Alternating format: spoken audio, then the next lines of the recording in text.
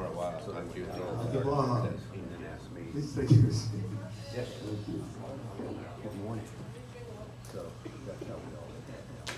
Okay, thank you. We'll start this morning with Dr. Hallis. She likes it. And please, take your way. She loves, Yeah, she loves it. good morning, everybody. My name is Dr. Halas. I'm the founder and author of Nitro Medicine. And these are my team of doctors who are adapting Nitro Medicine diagnostic and therapeutic protocols. So what is Nitro Medicine? Is a new medical specialty focused on developing diagnostic and therapeutic protocols to manage oxidative stress-related diseases by modulating nitroredox sensitive biochemical pathway, biochemical and epigenetic pathways.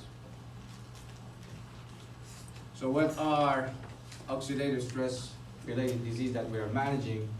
All chronic disease are oxidative stress-related disease. And that includes degenerative diseases, Alzheimer's, osteoarthritis, Parkinson's diseases, autoimmune diseases. All of them are oxidative stress-related diseases. Chronic infectious diseases, Lyme diseases, are oxidative stress-related diseases. Metabolic disease, diabetes mellitus is oxidative stress-related diseases. Pain is an oxidative stress condition. There's a lot of psychological diseases are oxidative stress, like bipolar and schizophrenia. They are oxidative stress-related diseases. So almost all chronic disease out there, we can define them as an oxidative stress-related diseases. Even aging is an oxidative stress-related condition. So what is the common pathophysiology among all these chronic diseases are oxidation. High pathological free radicals, abnormal nitroredox metabolism. And I know this word of redox is not familiar or common in the medical school, but I'm trying to shine a light on those recent researches about free radicals and redox signaling. But today we're going to focus more on pain conditions and all the pain pathway and how redox signaling controlling the brain neuroplasticity of the pain pathways. So how we manage oxidative stress-related diseases by restoring the nitroredox balance. And how we restore the nitroredox balance, we can use biologics, stem cells, PRP, exosomes, probiotics, nutraceutical, vitamins, thiols, polyphenols. Almost all antioxidants are nitroredox modulator. Big pharma products, surprisingly, all of them, or most of them, they are nitroredox modulator. They affect and change the redox signaling. Steroid, NSAID, Radicava, all those drugs, and I think all of them, they have influence on, or they alter the redox signaling, and we can consider them as nitroredox modulator. All this energy medicine that we are giving, photomedicine, electromedicine, electromagnetic, sonotherapy, they are nitroredox modulators. So we manage them with all of these modalities of therapies to restore the nitroredox balance or modulate the nitroredox epigenetics and biochemical pathways. And how we monitor the efficacy of the treatment of oxidative stress-related diseases. We learned from the medical school we can use inflammatory markers, oxidative stress markers, cancer markers, ANS balancing test. It's a good thing to monitor the wellness treatment. Endothelial function test, telomeres length. As we know, aging is an oxidative stress. It's about free radicals, shortening the telomeres. So I am going forward to explain pain. So I covered this last time, and I would like to cover it. It's very interesting, especially for the dynamic therapy. But we can do that maybe upstairs as a small workshop and showing you all these cases before and after using methylene blue photodynamic therapy. It's very interesting. I was able to treat all kind of hard to treat skin condition, all chronic infection, all kind of cancers. You can treat them with methylene blue photodynamic therapy. So it's very exciting thing.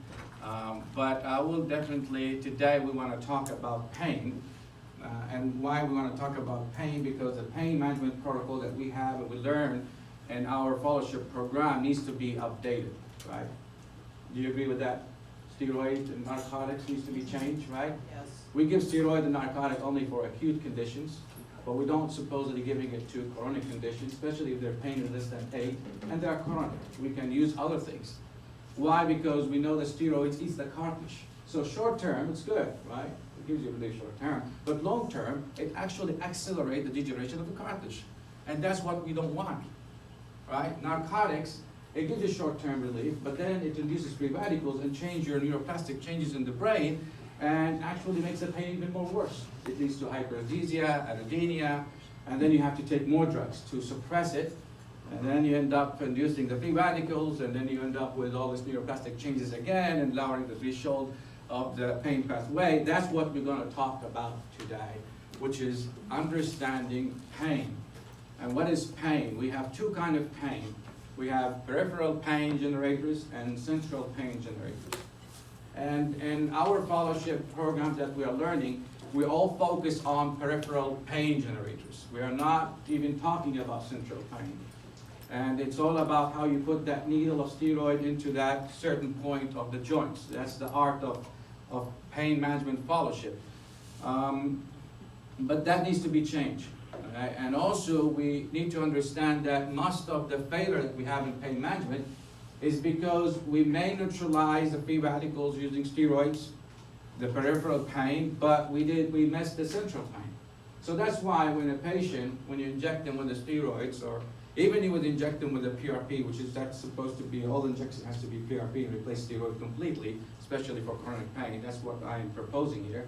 And that needs to be updated, and we need to have lobbies working on insurance paying for PRP. Let's not think about stem cells program. Just PRP, if the lobbies works on approving the PRP injection as a replacement of steroids, then that we can definitely upgrade and change and improve the pain management and the outcome of pain management. So even if we neutralize the free radicals or neutralize the peripheral pain generators, we still have 20% failure. And the 20% failure is due to central pain. So what is central pain? Chronic pain leads to central pain. And central pain is a change in the brain neuroplasticity of the pain pathway where they start firing spontaneously. So let's say, for example, we have a patient and we did knee replacement, so there's no knee. And then after the surgery, we'll say, you know, doctor, I still have the pain in my knee, but there's really no knee there. I mean, it's metal, so where the pain come from? It's here. It's in the amygdala. Neuroplastic change happened in the amygdala due to the chronic pain that the patient was suffering. And in the dorsal horn, there were neuroplastic pain changes there, and they start firing spontaneously. So the pain is coming from your central nervous system, not from your joint. And then you will think, okay, it may be because of neuroma. So we do radiofrequency ablation, which is good approach. But still, patients say, I still have pain, even after radiofrequency ablation. So we are shooting in the dark here, right? And then we report it as failure in pain management, and the patient is not happy. We put them narcotic, and narcotic gives them short-term relief by numbing the nerves, but for long-term, you're aggravating that central pain sensitization and makes it more worse. So really here, we are not managing those patients. Eventually, those patients, they become like zombies. Their brain is wired to seek only narcotics. Right? Have you seen those patients? Right? Even you say, good morning, do you have in my narcotics? Please write for me.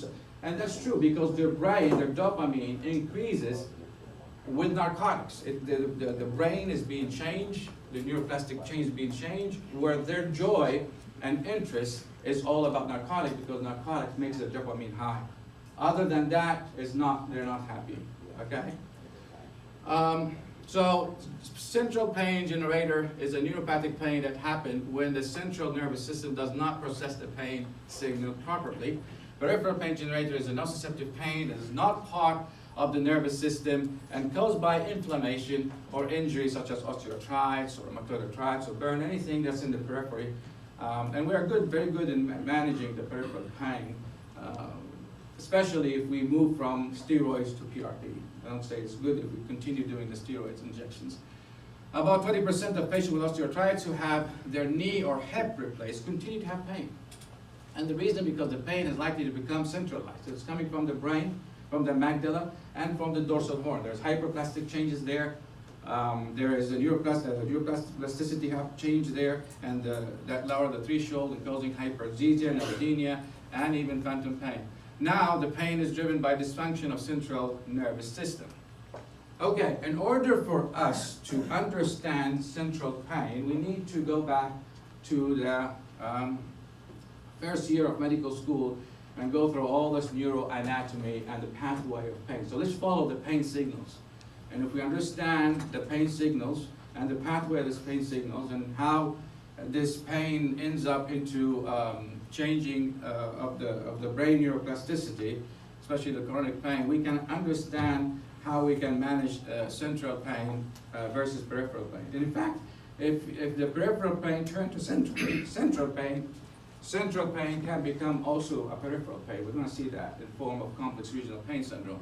So let's say if accidentally I put my hand on the flame of a candle and I start having, let's say I have a first degree burn, which is a trivial thing. So what will happen, the pain signal will go up through your neuroceptive neurons, the peripheral, and then to the central, and eventually end up in the thalamus. And once it gets into thalamus, that's where we feel the pain, right? But then it goes to the amygdala where you feel the severity of the pain, right? And then it goes up to the hypothalamus where you respond to the pain. You have all this behavior of pain, which is what will be the flight reactions is part of it, right? So that's the simple thing. And basically, clinically, let's talk about clinically. When we have a patient with pain, what do you ask him? Where's your pain, right? All right. And also you ask him about what you feel. So I feel pain. So when the signal gets you to the thalamus, that's where you feel the pain. And then when the signal gets into the amygdala, that's where you feel the severity of the pain. So we ask the patients, your pain from 1 to 10, how much? That's when the pain signal reaches to the amygdala. And when they reach to the hypothalamus, we get the patients is feeling that you can see the response of the pain. And one of the response of the pain that we need to consider as one of the vital signs of pain is the pulse, right? So the pulse is going to be high. So any patient who's saying I have pain, severe pain, you need to also check his pulse. That's why we check his pulse, right? To see if it's high, that means he has pain, because there's a lot of patients who are not in pain, but they have some interest to be in pain. So one of the ways to know those people who are faking the pain and they are real pain, just go ahead and measure the pulse, right? Because that's a hypothalamic reaction, give you the fight reactions. Okay, so the other thing is that we ask them, where is the pain, right? So where we can see that, when the pain signals move from, well, again, there will be some pain signals going to the prefrontal cortex, and the prefrontal cortex is your conscious control of the pain. So let's say we have a signal coming to the prefrontal cortex and telling we have pain. Your prefrontal cortex will judge and see, is this a serious pain that we need to react to it?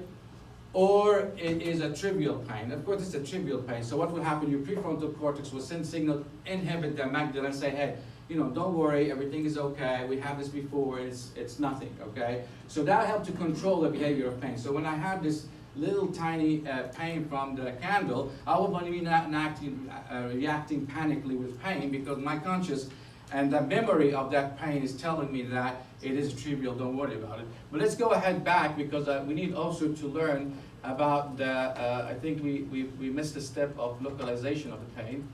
So let's go ahead and see here again. All right. So here we go to feeling the pain when it gets to the thalamus, and then it goes to the amygdala, and that's where you feel the severity of the pain. And then it goes to the hypothalamus, where you react to the pain and give you the fight-flight reactions. And then from the thalamus, it goes to the, if you see here, wait a minute. There's a step is missing here. I don't know why. Right, there's a step before that. Maybe because of moving the PowerPoint. So this is good, and then here we go to the amygdala, and then to the hypothalamus. Alright, and then we have from thalamus to the somatosensory cortex, which will give you the localization of pain. That's it. So that's where we localize the pain, right, when it goes in the somatosensory cortex. And then when you want to know the quality of the pain, whether it is burning pain or aching pain, it goes to the somatosensory association cortex. And then you memorize the whole event of pain by going to the hippocampus. That's the memory, right? Okay, and then it goes back to the amygdala, yes, and send the signals to your prefrontal cortex, and that's here, where you assess the threat of the pain. Is this pain severe or not? So your conscious will tell you, oh, we have this before, the memory from the hippocampus, and it's trivial, don't worry about it. So you have more conscious, so you have your conscious control inhibiting the amygdala and say, hey, don't worry, it's a trivial pain, you don't need to be panicked, and that helps to calm the body from being panicked with pain, right? Okay. But what happens if I put my hand on a hot stove, a very hot stove? That's mean like second, third degree pain. That's a massive signals of pain. Will go up the same way that we talked about. It goes to the thalamus, and that where you feel the pain, right? And then it goes to the, right, wait a minute here. Let's do this again. Okay, then it goes to here's the thalamus, right? That's where you feel the pain. And then it goes to the amygdala, and that's where you feel the severity of the pain. Right? Okay. And then it goes to the hypothalamus here. And that's where you react to the pain and give you all this behavior of pain, flight-fight reactions. You start squeezing and doing Valsalva maneuver and turning around and crying, right? Because this is a massive pain, right? And then what would happen is that pain signals will go up to your somatosensory cortex to localize the pain. So where is your pain? That's where the localization of pain. And then we need to know the pain quality, whether it is burning or stabbing. That's going through the somatosensation area, right? And then it goes again, and all this event of pain will be recorded in your hippocampus, as you see the gray spot there, right? Okay, so here, this is the hippocampus here. Now, all these events of pain, right, from your hippocampus, the memory, will send signals to your prefrontal cortex, right, and tell you, hey, we have severe pain, it is massive pain, it's too much, and we have memory before, and you did not sleep at night, and you don't expect you're going to sleep at night, so all this frightening information will start coming out in front of you, right, when you have this severe, everybody experiences those things, right, all those thoughts, right, and so you're conscious. Like, let's say, for example, I have my hands on the stove right now, and I don't want to embarrass myself in front of you. So my prefrontal cortex will start signaling, inhibitory signal to amygdala, telling me, hey, don't cry in front of you. Try to behave. Try to not to let the pain behavior take over your subconscious. But because of the signal of pain is so severe, your prefrontal cortex will not, your conscious will not be able, my conscious will not be able to suppress those pain signals anymore. And so what would happen, the amygdala will be dominant and send inhibitory signals back to the prefrontal cortex, say this is a serious pain, and I'll be starting crying in front of you and screaming because it's like a third, fourth degree pain on my hand, and that's huge, right? So you're gonna see that here, where the amygdala and prefrontal cortex are fighting each other, sending inhibitory signals to each other, right? So the amygdala is your subconscious of your pain, right? It's a pain modulator center there. And see here, now it's informing your prefrontal cortex that this is a serious pain, it's severe, and your prefrontal cortex is trying to control it, right? Trying to make you not cry in front of you. But then what would happen, the amygdala here will send signal to your prefrontal cortex, inhibit them and say, hey, let it down, let the pain go, and express it and cry, it's fine. So that helps to maybe relieve the pain, especially when you do the Valsalva maneuver and start squeezing.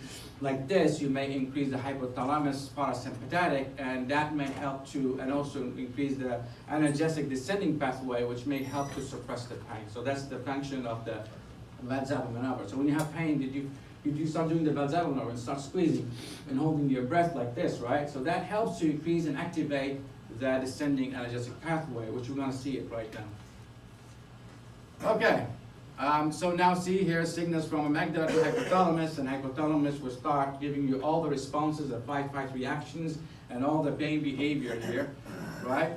And then what would happen is also the hypothalamus will go ahead and send inhibitory signals to the descending analgesic pathway, right? See if you see it here. And the amygdala here will start sending, the hypothalamus will start sending signals to the descending analgesic pathway and activate it. So what will happen when you have this severe pain, your body will respond, right? And you do this Valsalva maneuver, so your hypothalamus will become active, and they start sending signals to the descending analgesic pathway and activate it. So when you activate the descending analgesic pathway, you're putting the brake on the pain. So that helps you to give you some relief of pain. You got my point here? So this is sort of the reflex of helping your body to have less of pain, and that's when you squeeze and you're doing all those things of holding your breath and Valsalva maneuver. It may help to activate the hypothalamus and sending excitatory signals that will activate the descending analgesic pathway and lead to release of endorphins that will help to put the brake on the pain signals, and that may help you to adapt to the pain. But definitely, if it's severe enough, it's going to be hard, right, to have your conscious controlling your pain behavior, and the patient or the person will be crying and screaming because of this pain. Okay. So this is the inhibitory of, there are encapsulated neurons that inhibit this. Okay, so here we go. So what happened is that if this is going to be a chronic pain, it's a burst, 3rd, 4th degree, so it's going to be a chronic pain, and the patient will experience a pain signal, massive pain signal bombarding the dorsal horn, right, as you see here. And what would happen if the pain signals are bombarding the dorsal horn? You would have what we call the neuroplastic changes happen in the dorsal horn. We're going to see the neuroplastic changes that happen in the dorsal horn here. Right? So here we go. So we see here the pain signals goes to the C fibers, right? And it will release the glutamate. The glutamate will open up the calcium channels, and then the calcium channels will activate the NOx enzyme, generate free radicals, and then those free radicals will activate the epigenetics. That's the redox signaling to express synaptic proteins, structural and functional protein, that of the dendrites, and you will have new dendrites formed to connect with this upcoming peripheral pain neurons. And you will see this new dendrites as we see it here. So this is activating the NOx enzyme. The red is the free radicals here. And see how they are going to causing redox signaling, expressing the synaptic proteins, structure and function. And then you will see the dendrites is being outgrowth like this. And sprouts of dendrites. We're going to see it here. See that? All right. So I developed a new synapse, right? So what will happen? You're increasing the synapses between the peripheral nociceptive neurons and the central nociceptive neurons. Developing new dendrites, new synapses. You lower the threshold, right? And then you will have something that's called what? Primary hyperalgesia. What's in the primary hyperalgesia is that if you press at the area of the injury or the lesion, the patient will have pain. Normally we don't have that, right? So pressing like this will lead to pain. That's called what? Primary hyperalgesia. Okay, so what else? So the pain will continue, sending signals, activating the NOx enzyme, generating free radicals, and expressing those proteins that leads to new synapses, as you see there. See, this is the primary hyperalgesia here, when I press here, the primary hyperalgesia, pressing the area here. All right, and the pain signals will continue bombarding the dorsal horn, right, as you see here. And then it goes again to the C fibers, and it leads to open up the calcium channels, activating the NOx enzyme here, generating free radicals, the red ones, which will help to stimulate the epigenetics and stimulate more of dendrites, right? They will be formed, and they will be connecting with the nociceptive neurons that's not coming from the site of the injury, but from the surrounding area of the site of the injury. And then we will have something is called what? secondary hyperalgesia, which means when you press not to the site of the injury, outside, like here, the patient has pain. That's secondary hyperalgesia. See here, we're gonna see that here. All right here. See this little dendrites has been formed, connecting with. I'll show it to you. See that? See this one here? So that's the new synapses, right? From the neurons, that's not coming from the site of the injury, from the surrounding, and that leads to what? Secondary hyperalgesia, where you press, see when you press here? Away from the site of the injury, just around it, and you have pain. Just pressing. Normally we don't have that, right? Can we consider this normal or abnormal? Okay. Is it normal to have allodynia hyperalgesia right now or no? Abnormal. Abnormal. What about anybody say normal? All right, it is normal. Okay, why normal? So you can allow your body to heal. If we don't have hyperalgesia and allodynia, like let's say we have a patient with fracture, right? You don't want their body parts to move, so it's being designed to have hyperalgesia, allodynia, primary, secondary, so your body parts will not start moving, and you allow the healing happen, right? That's why I put in cast. But that's how it's being designed. Whoever designed us, God, you can say, He designed it in a way this has to happen so you don't move your body part, so you allow the healing. So it is normal up to now. It will become abnormal, but not now. We want to talk about when it becomes normal. Okay, so this is secondary hyperalgesia here. All right, so it's still a normal. And we're going to see the pain signal is bombarding again the dorsal horn, and you will see all those neuroplastic changes. It's very important to understand the neuroplastic and why we have that, so we can manage the pain better and understand how to manage it. And what would happen here, you would have dendrites, as you see here, developed that will attach to tactile neurons, right? The dendrites will attach to the upcoming tactile neurons from your arm. If your pain fibers, central, attached to the tactile neuron, what will happen here? And form communication. When you touch the area of the pain, or just even surrounding the area of the pain, patient will feel pain. What's we call it? Allodynia, right? So this is allodynia, and you can see it here. I'll show it to you. Let's go ahead. This is bombarding it, right? And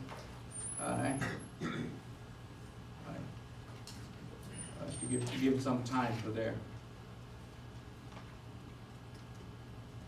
But before that, let me show you the dendrites that's made from that connect this nociceptive neuron, the central with the peripheral tactile neuron. You will see it coming out like this.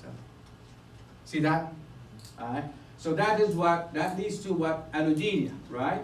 So when we touch the lesion with the feather, what will happen? Patient will feel pain.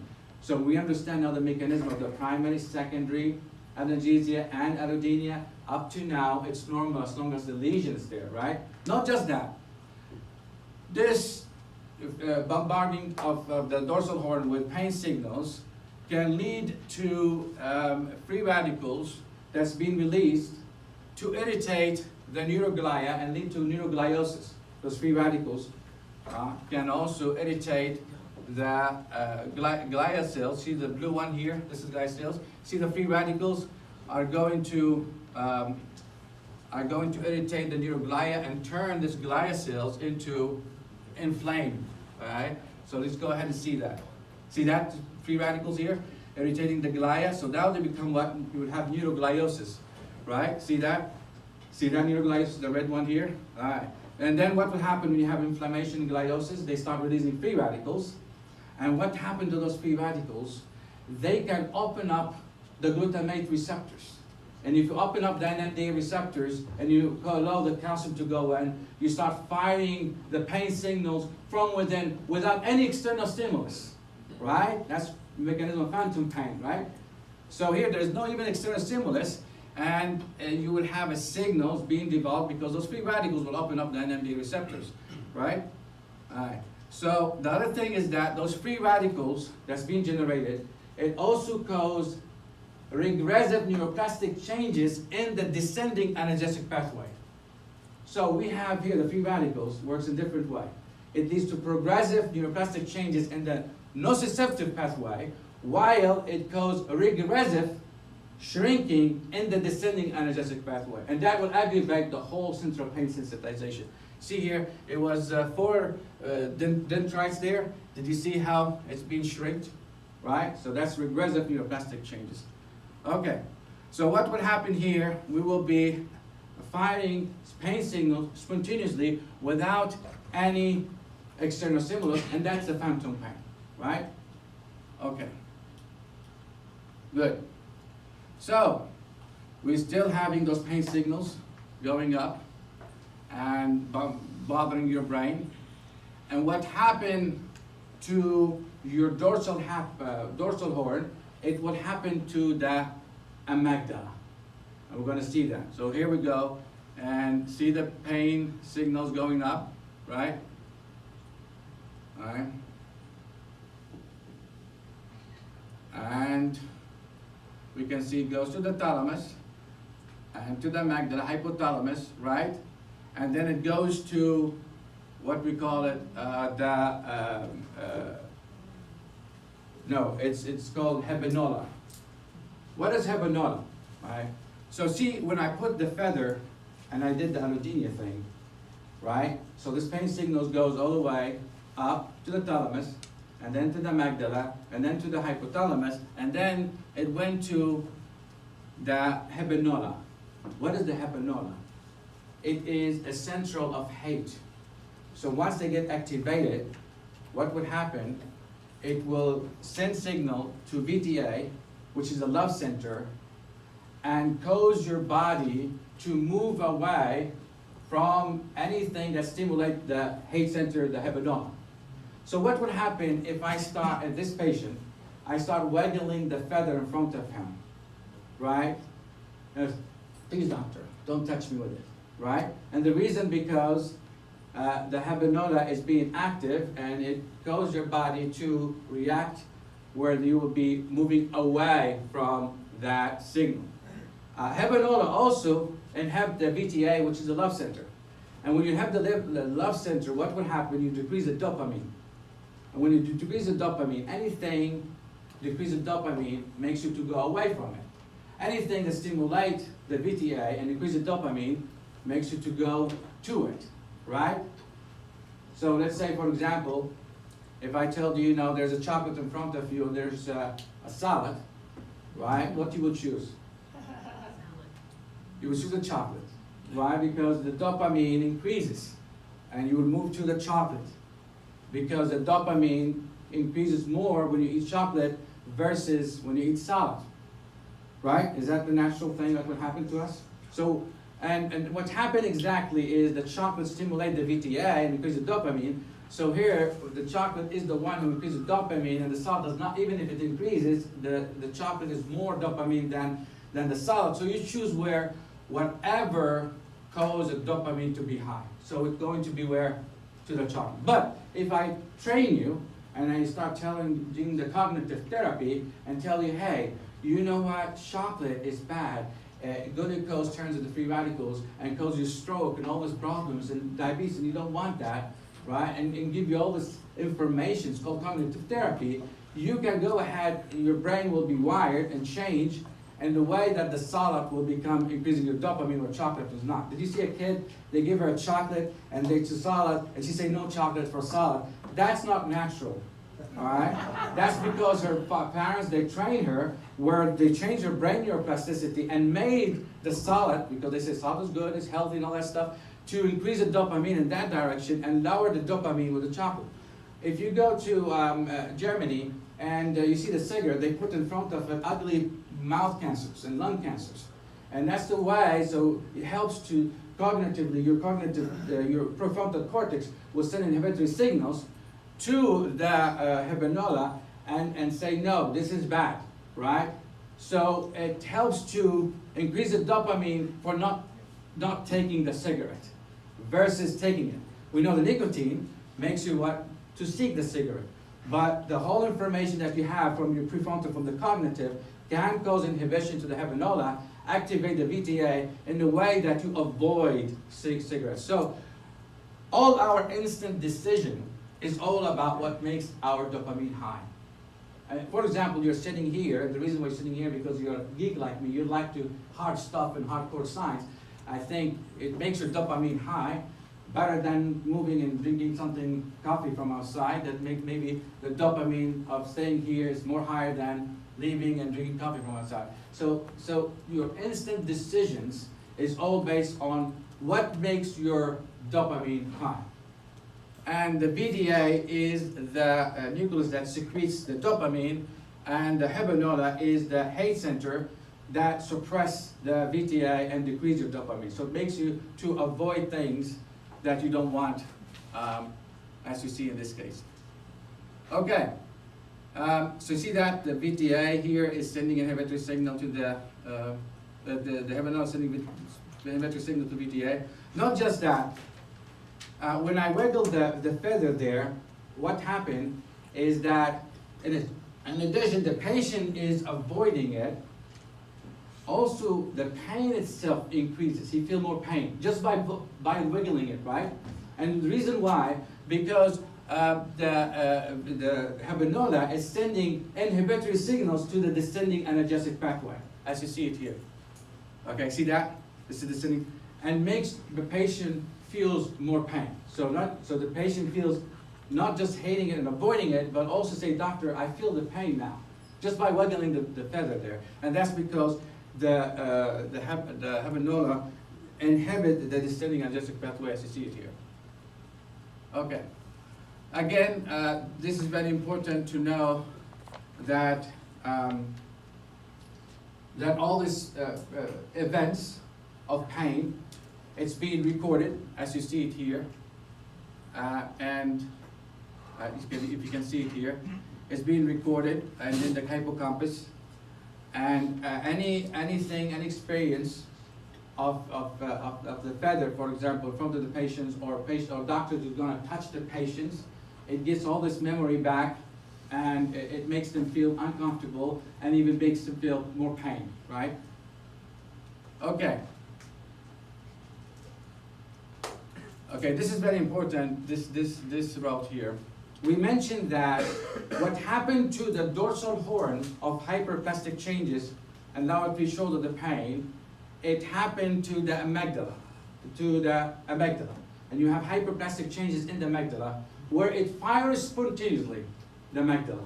And when it fires spontaneously in the amygdala, what will happen? It will activate the whole circle, including the memory from the hippocampus. So what would happen if you start firing pain signals that activate the hippocampus and all the memory of the pain events? What condition you will have? Chronic pain. No. RSV. And you have the memory flashback. PTSD. Yes, post-traumatic stress syndrome. So this is the post-traumatic stress syndrome. When you have hyperalgesia here, see this, see the amygdala here, right? And see that? Alright, so that's post-traumatic stress syndrome circuit, where the amygdala is firing spontaneously and giving you all this flashback of all the events of the memory of the pain. That's the post-traumatic stress syndrome. Okay.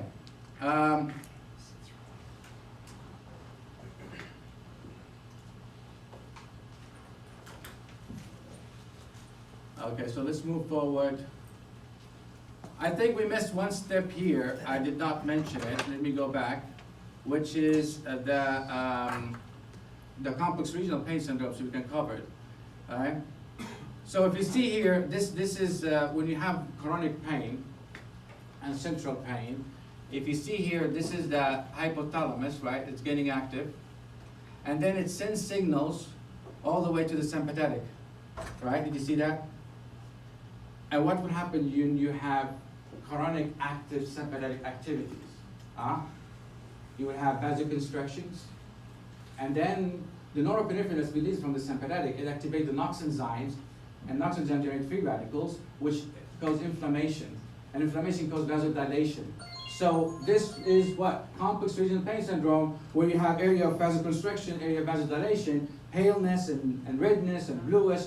So that's a complex regional pain syndrome is being developed. So what we learned today, post-traumatic stress syndrome, complex regional pain syndrome, right? Central pain syndrome, all linked together here. Okay. And again, as we see here, it's being recorded. And we saw the function of the habenula, how it's causing us more pain and making us avoiding it. We saw the post-traumatic syndrome. Okay.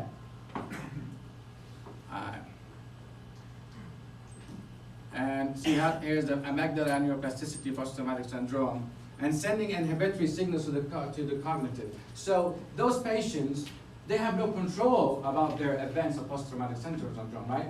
So why? Because your cognitive can have no control. The amygdala is dominant and is sending inhibitory to your prefrontal cortex and say, hey, stop, you have no control. The patient will have that flashback and have all the memory to pay, and the patient cannot control it. Okay, so here we go. So how we manage central pain sensitization, what we do. So we know narcotic is bad. Why narcotic is bad? Narcotic, it does numb the nerves, right? It does numb the nerve by opening up potassium channel and causing hyperpolarization. But the problem with narcotic, it actually, it stimulates the NMDA receptors and open up the calcium channels, which leads to activation of NOx enzyme and generate free radicals. And if you generate free radicals, what will happen to the neuroplasticity here? It will increase this, right? So narcotic gives you short-term pain relief, but the problem, it aggravates the neuroplastic changes, which cause more pain. So what you need to do, what the patient is asking, give me more narcotic. You numb them, right? But then you stimulate the free radicals, which cause neuroplastic changes, aggravate it, lower the threshold, and cause them more pain. Give me more narcotic. That's the mechanism of addiction, okay? So you can see it here as the narcotic is activating the NMDA receptors, opening up, allowing the calcium to go up, and activating NOx enzyme, and aggravating the neuroplastic changes. Not just that, those free radicals cause neurogliosis, right, and neuroinflammation, right, the narcotics, and they become like zombies, right? Why? Because their brain is being wired to narcotic. The only thing that increases their dopamine is narcotic. We're going to see that in the coming slides. And then also goes regressive neuroplastic changes, those free radicals, to the descending analgesic pathway, which aggravate the central pain sensitization. Okay, good. So what we would need to do for those patients? Yeah, what do you think? Give them off narcotic. If you give them, and they are cold turkey, they will be screaming, right? And it's hard. So you give them CBD. Why CBD? CBD does the same like your narcotic. It opens up potassium channel, numbs the nerve, but CBD is antioxidant, narcotic is pro-oxidant. CBD inhibits the NMDA receptors and decrease the calcium entry and decrease activation of NOx enzyme and generation of free radicals, right? So it antagonizes the side effects of narcotic and helps you to wean from the narcotic, as you see it here. See the green, the CBD here, inhibiting the NMDA receptors here, all right? And if you do that, you inhibit the NOx enzyme. Not just that, CBD can inhibit the neurogliosis too, and the inflammation of the neurogliosis. That's what you need, right, for those patients. Okay, so and not just that, the free radicals cause the opioid receptors to be blocked, oxidize it and block it, and cause it like insensitive. Right? So that's the problem, and that will add to the addiction. So they need more narcotics because their receptors are becoming insensitive, right? But if you give CBD and you neutralize the free radicals, you will be opening up those receptors again. So CBD, give patients CBD with narcotic. Even if you start with narcotic, just give them CBD at the same time. Okay? So it helps them to be weaned. It counteracts the pro-oxidant effect and the neuroplastic changes, the bad things of the narcotics and the wiring, the bad wiring, by doing the CBD. Okay. What are the things that we use? We use tricyclic antidepressant, right? We use serotonin reuptake inhibitors to increase the analgesic pathway. 2 minutes, okay.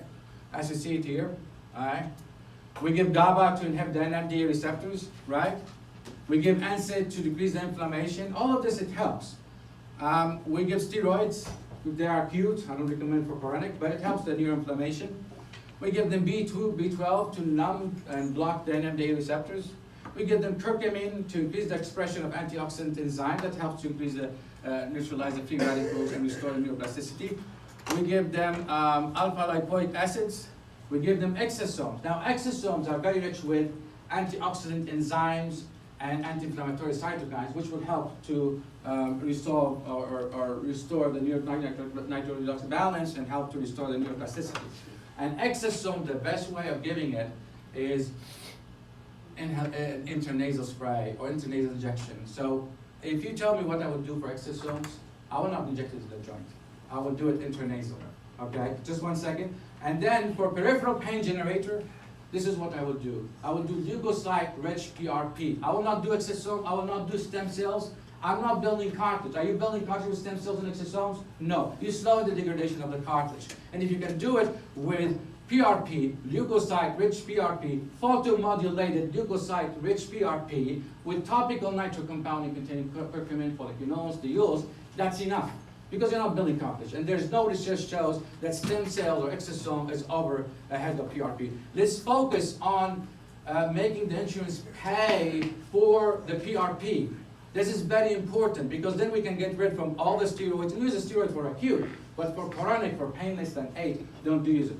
So what we want to go for exosome. Exosome, tell them to do it intranasal injection or intranasal spray, because exosome helps to manage central pain. They are rich of anti-inflammatory cytokines, antioxidant cytokine. It will help the neuroplastic changes here. It will manage post-traumatic stress syndrome. It will manage neurodegenerations, the Parkinson's disease, the Alzheimer's disease, all of that. I will save my money for that, for central pain, for exosome. For peripheral pain, I will use leukocyte-rich PRP. What's the problem with all the big pharma products? All the big pharma products that we have, it interfere with the mitochondria and aggravate the redox. The natural product does not. And if you have mitochondrial dysfunction, how I can solve it? I will use photomedicine because that helps to improve the mitochondrial function. But all the big pharma not being tested all of them interfere with the mitochondria, causing more free radical generators. Okay, I think my time is done. What about low-dose naltrexone? That's good too. It is antioxidant. No, it's good. It is antioxidant. It will help the neuroplasticity change. Any other questions? Yeah, I just wanted a bigger picture of the left-hand side, just so we can get, or a handout on that, because that's the concise. You're gonna put this on YouTube, right? I already have it on YouTube and my website. Same. And if you have any questions, I will try to record it professionally where there's no time constraint, what I can deliver better. I know the time is short for this topic, but I did my best to break it down. Good. Thank you. During the break, Dr. Atkins will be available for people who want to have questions answered about peptides. And now we have Dr. Bieber, who will be discussing extra-articular pain. Sir.